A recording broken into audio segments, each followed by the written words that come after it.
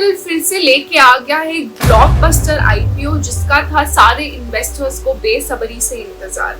जी हाँ, टाटा कैपिटल का आईपीओ आ रहा है। चलिए देखते हैं टाटा कैपिटल के आईपीओ के बारे में इस वीडियो पे। टाटा कैपिटल इंडिया की सबसे बड़ी एनबीएफसी मतलब नॉन बैंकिंग फाइनेंशियल कंपनी में से एक है।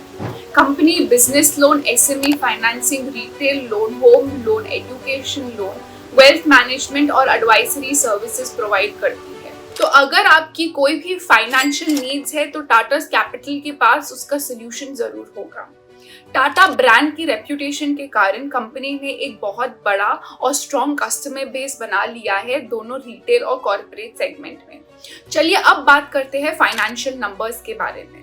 कंपनी का रेवेन्यू FY25 में 28,313 करोड़ था लगभग, जो फाइनेंशियल ईयर 24 में 18,175 करोड़ था। प्रॉफिट आफ्टर टैक्स FY25 में 3,655 करोड़ था, जो पिछले साल 3,327 करोड़ था। ग्रॉस एनपीए वो भी स्टेज 3 का लगभग 1.9% of the total gross loans है अभी।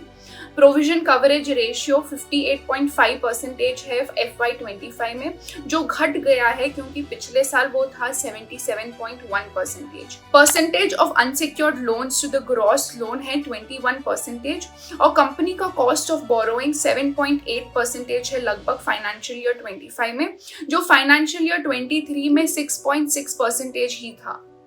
कंपनी का टॉप लाइन और बॉटम लाइन मतलब रेवेन्यू और प्रॉफिट तो बढ़ रहा है, मतलब ये एक गुड साइन है। लेकिन जो रेशियोज एक एनबीएफसी के लिए इंपॉर्टेंट होते हैं जैसे प्रोविजन कवरेज रेशियो या unsecured loan to total loan ratio, वो सब घट रहे हैं, तो ये एक क्वेश्चन की बात है। तो अब हम बात करते हैं आईपीओ के बारे में। टाटा कैपिटल लेके आ रहा है 15,511.87 करोड़ का आईपीओ, जिसमें 6,846 करोड़ तो फ्रेश इशू है और बाकी पूरा का पूरा ऑफर फॉर सेल है। कंपनी जो फंड्स रेस करेगी उससे वो अपना बैलेंस शीट स्ट्रेंथन करना चाहती है, मतलब कैपिटल बेस बढ़ाना चाहती है ताकि वो अपना मार्केट प्रेजेंस बढ़ा पाए और उनका लेंडिंग स्पेस भी बढ़ जाए।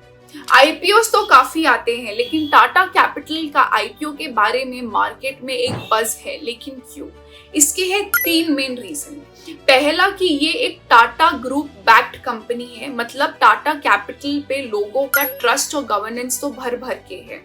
दूसरा है एनबीएफसीज का डिमांड काफी बढ़ रहा है इंडिया में। इंडिया की ग्रोथ स्टोरी में क्रेडिट का एक इम्पॉर्टेंट रोल है। और थर्ड रीजन है कंपनी ऑलरेडी एक स्ट्रॉन्ग प्रेजेंस बना चुकी है रिटेल और इंस्टीट्यूशनल सेगमेंट में, तो मतलब ये सेगमेंट में उनका प्रेजेंस उनके पीयर्स के कंपैरिजन में भी बहुत ज्यादा है। हर आईपीओ अपने स्ट्रेंथ्स के साथ साथ कई रिस्क लेके आती है, तो टाटा कैपिटल के बिजनेस में भी कई रिस्क है। पहला रिस्क है कंपटीशन का। आज इंडिया में कई सारे बैंक्स है, फिनटेक कंपनीज है, एनबीएफसीज, फाइनेंशियल इंस्टीट्यूशन है, तो इतने सारे क्लटर्ड मार्केट में अपना नाम बनाना और सर्वाइव करना, वो भी ग्रोथ के साथ, एक बहुत बड़ा चैलेंज है। सेकेंड है इंटरेस्ट रेट फ्लक्चुएशंस। आरबीआई अपना रेपो रेट कई बार चेंज करती है इन्फ्लेशन को कट करने के लिए या जियोपॉलिटिकल टेंशंस के कारण। और तीसरा बड़ा रिस्क है एनपीएस का। तो अगर एनपीएस मतलब बैड लोन्स बढ़ जाते हैं कंपनी के, तो उनके प्रॉफिटेबिलिटी पे डायरेक्ट इम्पैक्ट पड़ेगा। अब हम बात करते हैं आईपीओ के डिटेल्स के लिए। आईपीओ खुल रहा है 6 अक्टूबर 2025 को और क्लोज हो रहा है 8 अक्टूबर को।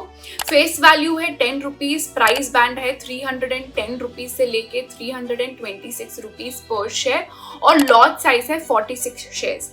तो हो सकता है टाटा कैपिटल का आईपीओ एक गेम चेंजिंग आईपीओ हो इंडिया के फाइनेंशियल मार्केट के लिए। लेकिन हमेशा की तरह मैं आपको ये कहूंगी कि कोई भी आईपीओ में इन्वेस्ट करने से पहले अपना रिसर्च कीजिए, फंडामेंटल एनालिसिस कीजिए, तब ही इन्वेस्ट कीजिए, ना कि मार्केट हाइप और बस में। Happy investing. धन्यवाद। Investments in securities are subject to market risk. Read all related documents carefully before investing.